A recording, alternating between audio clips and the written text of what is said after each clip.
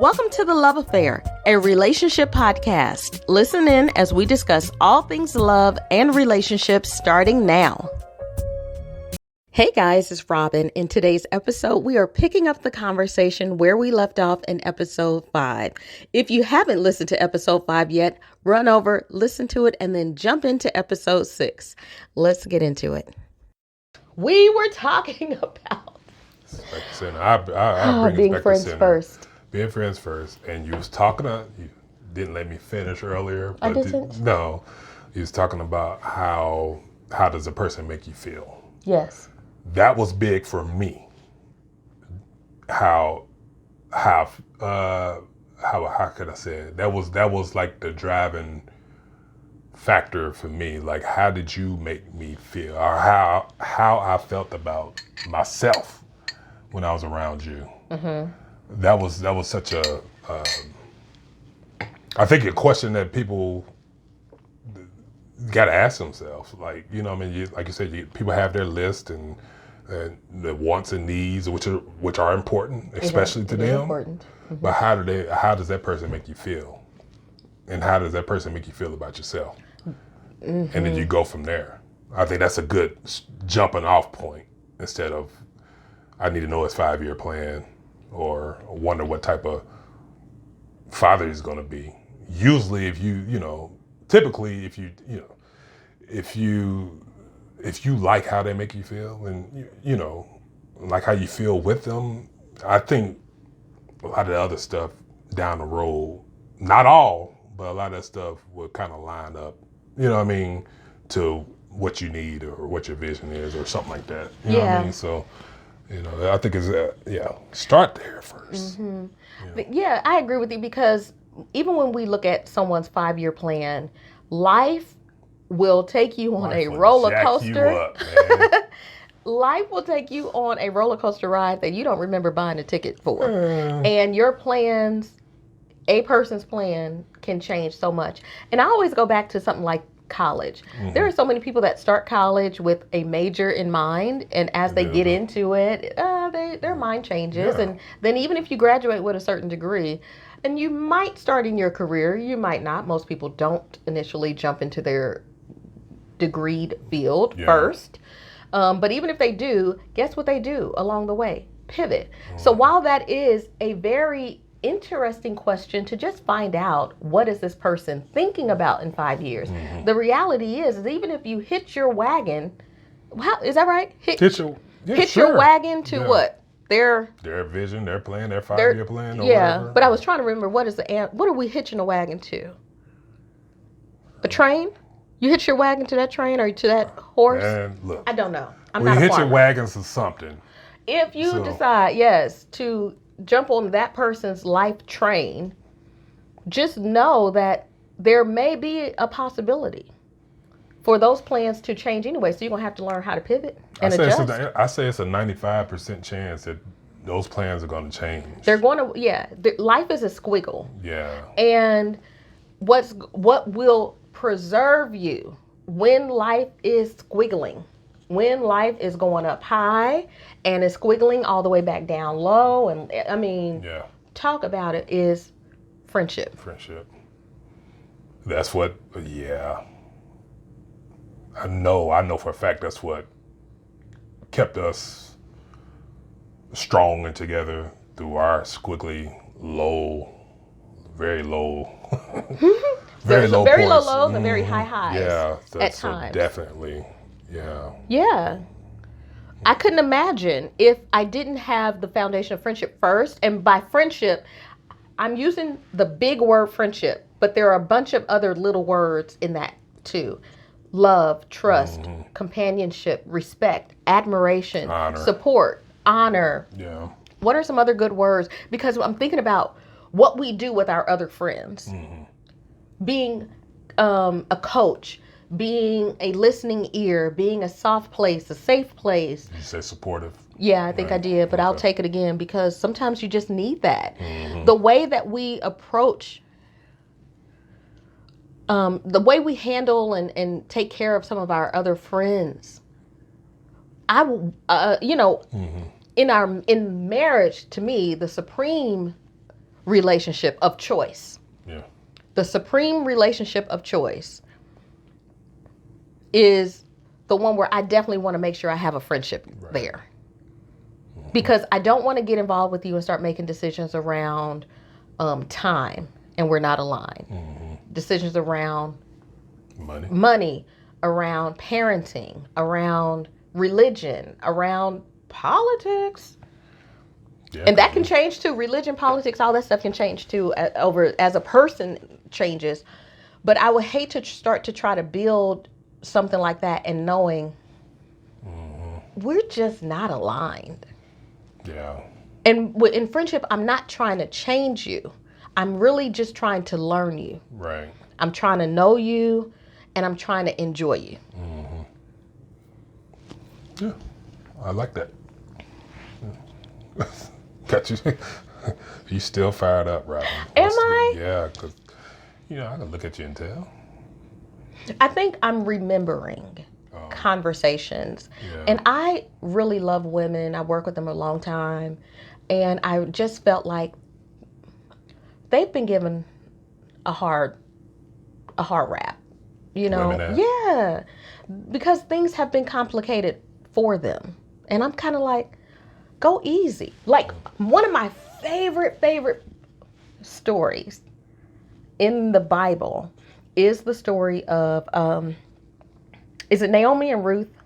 Boaz. Boaz, don't get you no Boaz. Get you a Boaz. Okay, sorry. Anyway, go on. Okay, but I said it was my favorite. Now I cannot even remember who is who. But I want to say that I believe it was Naomi who told Ruth, here's how you get this man, girl. Yeah. And when I read that and understood what Naomi was actually doing with Ruth, I remember telling some of my single friends, I said, I'm going to be your Naomi. Because I'm going to simplify this whole thing for you. Girl, go to that man's. And of course, Naomi told Ruth this. I didn't tell the women this. But I'm just saying the way that Naomi simplified that situation. Yeah, I think I know where you're going, but go ahead. She said, here's what you do. Okay? Go into his room. Go sit at the bottom of his bed and play with his feet. Yeah. But you didn't say that to them, of course. No, I'm saying that's what Naomi told this girl. Right. Okay. Go play with his feet. And depending on whether you prefer the Greek, the Hebrew, I don't think it was Greek back then, but depending on whether you prefer the Hebrew or any other versions of it, feet can mean various things. But this was Naomi, a woman who was already, I think, a widow, a woman who already lost her son. She sees this young girl hanging around with her, and she was like, listen, I appreciate our friendship that evolved from being in this, you were my daughter-in-law. I'm glad you want to be wherever I am. But guess what? Daughter, darling daughter, you need you a man. And you ain't going to get him palling around with me. Palling around with me. I want you to go out and get someone, and I don't want to complicate it for you. I don't want you to complicate it for yourself. I notice this man is looking at you, so when you are out there in the field doing your thing, do your thing. You got his attention. Now, what you gonna do with it? Yeah. I guarantee you, Ruth was not gonna go in that man's room and play with his feet in the middle of the night if Naomi didn't tell her. Probably not. So that's all I'm doing. And I know other women are trying to protect, or other teachers are trying to protect women from getting their heart broken and their feelings hurt and wasting their time. And that's all valid, man. It's valid and it's fair. But they're doing it to a detriment. Yeah. Okay. I'm going to go here. And I didn't mean to go here. But I got to go here. Center is somewhere over there. But let me come back, because this is so important. We attended a church, and that pastor, not our former church, well, a former church, but that pastor was talking to the women in his church, telling them, you guys are my spiritual daughters, and I'm going to be your spiritual daddy. So any man that's entertaining you, you bring him to me, and you run him by me. And I'm like, y'all really don't know your pastors. You only see a glimpse of them. You only see what they want you to see. And that is such a sliver. You really don't know this person enough to set your whole life on a track where they approve who's for you, who's not. You know who's the expert on you. You. Yeah. So this man, their pastor, had them thinking this way. Guess what he ended up with? A church full of single women. Yeah. Adult women. Mothers, divorcees, widows, single, never married. All sitting in this congregation. He done set it up so that the women were so timid and scared of men to even engage with them. And the men there were so scared too. They were like, I'm gonna go find my wife outside of this church and bring her here. But because the pastor was so in everybody's stuff in a way that was just detrimental. And then I think it was at least 10 years after he put that out there, he recanted. And he apologized to the women saying, ladies, remember all that stuff I was teaching y'all? Now I got a whole room full of handmaids.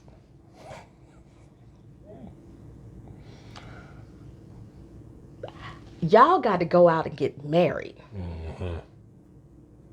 Y'all got to find somebody. And everything I was telling y'all, let's ease up on that a little bit. I'm like, you owe these women a lot more than an apology. You owe them time, which you can't give them. But that's all I'm saying is sometimes the women, look at you, you sitting here just as adorable, like, girl, you don't get to center. I'm just looking at center over there, and I'm trying to. Where's center? It's over there, and I'm about to bring it on back over here. Yeah, I got it. Center. Center, come on. Back to center. All right. We'll talk about it. So I think where you were going. Hey there, are you enjoying the conversation as much as we are? Then let us know. Be sure to like, comment, and subscribe. We're here every other Thursday with a brand new episode, and you do not want to miss it. Okay, all right, back to the conversation. Like when you was talking about you was being the Naomi. I think you told me this, that you were like telling the singles, like, go where the men are. Go where the men are. If they're at car shows, be there. Just hang out there. If they're a happy hour, show up and show up cute. Yeah. If they're on the golf course, be there. That's good advice. Be wherever the men are that you are trying to attract.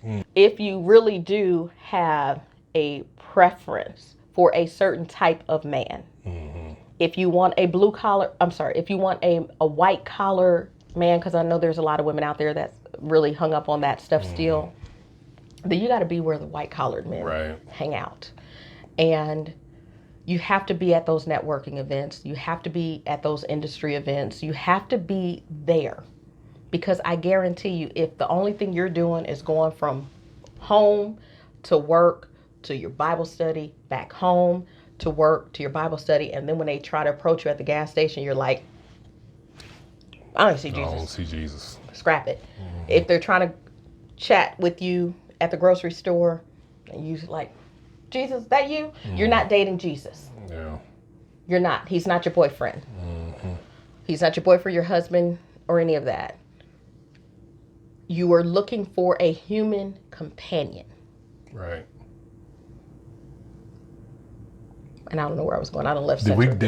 I'm sick of it. Yeah, center don't want to be here. And I won't. No. Center wants to be here. Yes. I've been trying. Okay. I'm trying to reel it in, but I'm not hard on women. I'm hard on the teachings for women around how to handle their own hearts. And I am very much like women who are adults should be empowered to make their own decisions. And you don't have to run it by another adult man that doesn't even know you and in a way that makes sense. Yeah. I hear you. Fix your face, please. I'd be mad at these people. I know. Be really mad at him. Mm-hmm. But It's the Justice League. It's the Justice League. What do you mean by that? I'm an advocate. Oh. I'm part of the Justice League. Oh. Okay. Okay, scrap it. Scrap it. I'm everywhere but where I need to be, right. which is what you got on your paper there that we can get back to? I am centered. We hope so. I am centered, and getting back centered. You can tell I get really fired up about certain things, yes? Mm-hmm. Okay. We're talking about friends first. We talked about some of the privileges of being friends first. We talked about the ease. Starting that foundation. Mm-hmm. Yeah. We talked through all that. But being friends first also has a slight downside to it that I don't know if people always talk about. Well, let me ask you this first. Do you think that being friends first has a little bit of a downside to it? I think it's one, because usually when a male or female are friends first or friends, somebody's catching feelings. Mm-hmm. So, I think the only downside really is potential jealousy. If it's me, hearing about your dates or your boyfriends or something like that, it'll make me, little angry. You know what I mean? Like, I don't want to hear about Bob and John and whatnot. I know you looked at me like, cause Bob. I ain't talking about your real exes. I was trying to throw names out there, general names. Yeah. But yeah, that for me, they're gonna be the only downside for me. That's the only downside for you? Okay. Yeah. I think so, because when I said let's be friends, I meant that wholeheartedly. And you put me in the friend zone. I put you broke my heart in a million pieces. Okay, I told you I'm not getting off of that. You will not let that go. No. But no, it's yeah. I got put in the friend zone, and probably I'm sure it would have felt a lot different if I would have stayed there. Of course it would have, but I didn't stay there, so it was good that I was in the friend zone then. We were in the friend zone.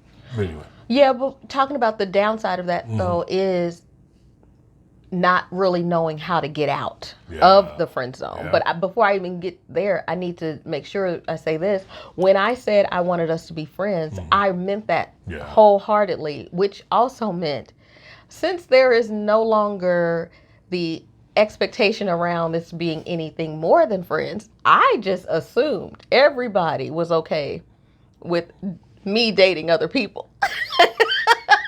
And then telling you about it. As if you were my friend. Mm-hmm. Asked me, where you going? What y'all doing? I'm going out with XYZ. Oh, really? Okay. Didn't even care if I was over there, sitting on my couch watching Golden Girls by myself probably at that time, you know what I mean? Stop. But yeah. But there is a flip side of that too. What is the flip? Oh, well, yeah, it is. Heck yeah, it is. I don't know if you want to talk about that now or you Go ahead. Well, you wanted to be friends and you wanted to go out on your little dates. You know what I mean? I said, okay, I'm going to get me a friend. And guess what? We'll talk on the phone at 8 o'clock or 10 o'clock, and then you call. I'm like, hey, I'm on the phone right now. I'll call you back. You feel like, who's this little hussy talking to? But I was well within my rights. Listen, I don't think you told me you were talking to other people. I think I started to call, and you were like, yeah, I'm on the phone with such and such, with Susan. And I'm like, Susan? Yeah. And you're like, yeah, I'll tell you all about her when I call you back. I gotta go. Susan's on the other line. Wait a minute. You're gonna sit there and feel what I felt when you told me. No, go ahead. And I will tell you this. I didn't feel necessarily envious or jealous that you were dating someone else. What I felt encroached upon was our telephone time. Yeah, your time slot. Because I'm like, okay, you can talk to her, but let her know that your office hours are from 6 to 8. And let her that when I call, it's time to say, oh, Robin's clicking in. Yeah. Let me call you back. Yeah, that was probably not realistic. It was. Because I wanted, I'm 16 years old, going on 17. I wanted a girl. Absolutely. So I'm gonna try to find that girl. Yeah. That wants to be with me. You know what I mean? True. Yeah. And I think you're right, because when you are with somebody that in that dynamic where somebody has feelings for the other person, they're not reciprocated, what are you supposed to do then? Right. Mm-hmm. I mean, but we were honest with each other in that you knew that I wasn't playing games with you, that you really were going to be my friend. Mm-hmm. So I was no longer obligated to manage your expectations any more beyond that. Any feelings that you still have for me were yours. Wow. Okay. Yeah. They were mine. So so you keep saying you broke my heart and you did this to pieces. Me. Yeah. Oh my gosh. Mm-hmm. That was not my intention. I know. But I'm sure it did. It was painful to some degree. Yes. Honestly, I didn't. Cut you deep. So now you want me to feel. No. Okay. Yeah. Oh, I don't. No, I know. In all honesty, nobody wants to be rejected. Mm-hmm. And my heart wasn't broken in a million pieces. It wasn't really like that. I know that disappoints you now. It stung. Mm-hmm. But no, it wasn't. Because you didn't, it wasn't in a mean way. No. And like I still like talk to you. And, we were still cool. I don't know if were we friends? Like, I know we became friends and became real close. But I think we both just liked each other. Not necessarily in a romantic way. But I don't know would you say we were friends at that time? Which time? When you said you just want to stay. I guess so. You keep saying you want to be friends. So I guess we were friends. We had a budding friendship. Yeah, we were getting to know each other, and I think the conversations that we were having, we were talking on the phone for what felt like hours on school nights. Yeah. And so I felt like even if it was a month of daily phone calls, having conversations like that, it feels like, oh my God, I've known you forever. Mm-hmm. But I don't think it was only a month. I think a few months had passed for sure. Because I think at some point, you'll have to remind me, did you ask me to go with you more than once? No, it's okay. Okay. There's a part of me that feels like you asked a second time, because I think the first time it was more like, because I don't know if you asked if we were kind of what we were doing. Like, are we talking? Are you my girlfriend? And I was like, we're still getting to know each other, or something to that effect. And then when you asked me, there was, I thought you said, so are you going to be my girlfriend now or what? Kind of like we've been at this for a little while. Is how much longer? That's not familiar, but that's possible. I could have said that. It feels like that's true to me, or that there was something in the way you asked. No! It feels like you did say yet. Like, okay, we've been at this for a while. Is it time yet? Mm-hmm. And so I don't know. Maybe. But that's neither here nor there. The reality is, when you are in a friend zone, there isn't a clear path out. Right. But what started to change the border a little bit, how you have a thick black border outlining our relationship? Well, it started to get a little grayed. It started to get a little pixelated. It started to get a little fuzzy. And it started to change, because I was like, oh, he's dating someone. And he's taking people to prom. And he's doing things. Yeah. And he's like, I'll call you back. And I'm like, the heck you will. Keep this up, So fast forward to 18. We graduated high school. Yeah. We turned 18. Yeah. We've gone through, the summer into the fall. And all I know is that I caught feelings for my friend. You sure did. And wow. I don't know when or how it started. I think what helped nudge me was the fact that you were out entertaining girls. It's funny how that works sometimes. But anyway,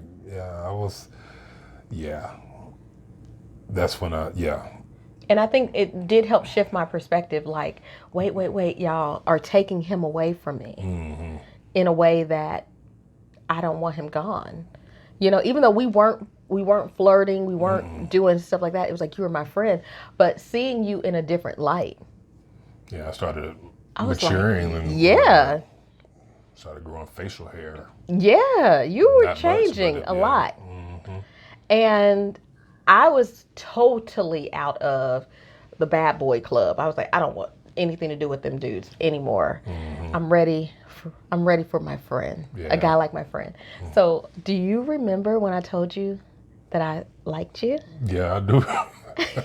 How could you forget? Yeah, because that one, you want to share it like you. Okay, I'll you tell want you me this to... much, and then you'll have to let me know what your side of it was, because I remember that in the fall of our 18th year, I started having feelings for you, and I didn't know what to really do with them, so I kept them to myself for a long time. But I noticed that I started to behave differently on the call. So when you called, it wasn't anymore the "Hey Jim," it was more like "Hi Jim."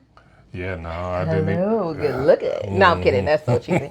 But I remember that I started to kind of change, and I didn't want my laugh to be so big. I wanted it to be a little more delicate and versus that's my friend. You know, I didn't want to be all crazy. I wanted you to start to see me as a different. You a woman than the home now. girl. Yeah, you're a woman now. You're 18 and you're a woman now. I don't know. Again, another movie reference. But anyway, but no, I didn't. You didn't even notice that I was over here trying to perform for you. No, I didn't.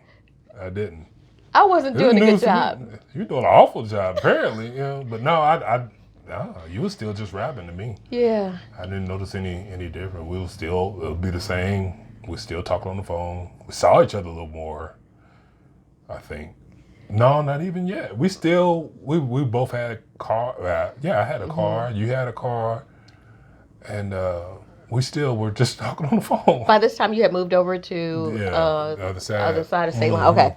So we were still in the same state In the same state, yeah. So, but at that point, we both were working. We both had, our young adulthood lives. I think you were going to school at one point, and I know I was working for a little bit, and then we were just enjoying our newfound adulthood. Yeah. But all I know is that I started feeling romantic feelings for you. And I wanted to tell you. But I also remember that I was in deep contemplation about it, because I remembered that I did not want to do anything that would change our friendship. And what that meant was either keep it the same or risk telling you I like you as more than a friend. And knowing that you might counter with, oh, that's so sweet. How sweet. I'm now with Susan, and Susan too late. And Beth. Oh, stop. And why were we using those names? You weren't into those types. Listen, let's use Keisha. That you're with, Keisha and Kiana. I don't know. Yeah, somebody else that was more like who you might have been with. But yeah, we were not a Susan and Bob type family. Anyway, I got off that. Yeah. Center. Back to center. But I knew that was the risk. And I had to decide, do I want to take the risk and tell you how I was really feeling, or just make sure our friendship stays intact? Because I did not think I could handle it like you handled it 2 years before. Yeah. If you would have told me, no, girl, you're my friend. I don't think I could have been able to be as mature as you were. My feelings would have been so dang on hurt. Cut me off, you think? Yeah, my childish, petty self. Yes. Yeah, you're. Yeah, it says a lot. You're older than me, but I'm a lot more mature. I am 2 months and a few days older than you. But I'm a lot more mature. How did I let that part of the sentence slide? I heard the entire sentence and focused on being older, and I totally missed that you said I'm more mature. Which is true. I mean, you just said it out of your own mouth. You just said it out of your own mouth. All right. Let's go on. Let's move on. I'm getting you. I'm pulling us away from center. You pulled me away from center. I told you something on my left. No, I'm kidding. But I did. I made that decision to tell you. And I was so nervous. I do remember that. Because it took you a while. At least an hour. It seemed like an hour. I don't know if it was that long or not. It's like, you kept saying, I got to tell you something. I was like, what is it? I kind of knew. At least I thought I knew what it was. But I was like, just tell me. I wanted you to say it. You know what I mean? So. At what point did you know? Before the call or during the call? No, during the call when you said you got to tell me something. Okay. And you kept saying, I'm nervous, I don't know. So I knew it was something, it wasn't anything light, I guess. I don't know. Yeah. Yeah, so I knew. I told you that I liked you. And I really wish I had a better memory of that moment. Like, did I give you a whole speech or did I just say, I want you to know I like you more than a friend? And do you feel the same? I think I can't remember exactly what I said, but I was like, so I think I asked you, I was like, you want to start talking now? And that's, the verbiage we used back then. So, okay. And you were okay with it? Okay, and I said, okay, so we're going to start. We're going to try. Basically. We're going to try. Yep. And then we didn't last. That was before Christmas. I remember it was in December and it was before Christmas. We didn't make it out of January. I don't think we didn't make it out of January. We were trying to plan something for Valentine's Day, and boy, did we fall out. Yeah. Okay. Our love affair story will continue in the next episode. Stay tuned.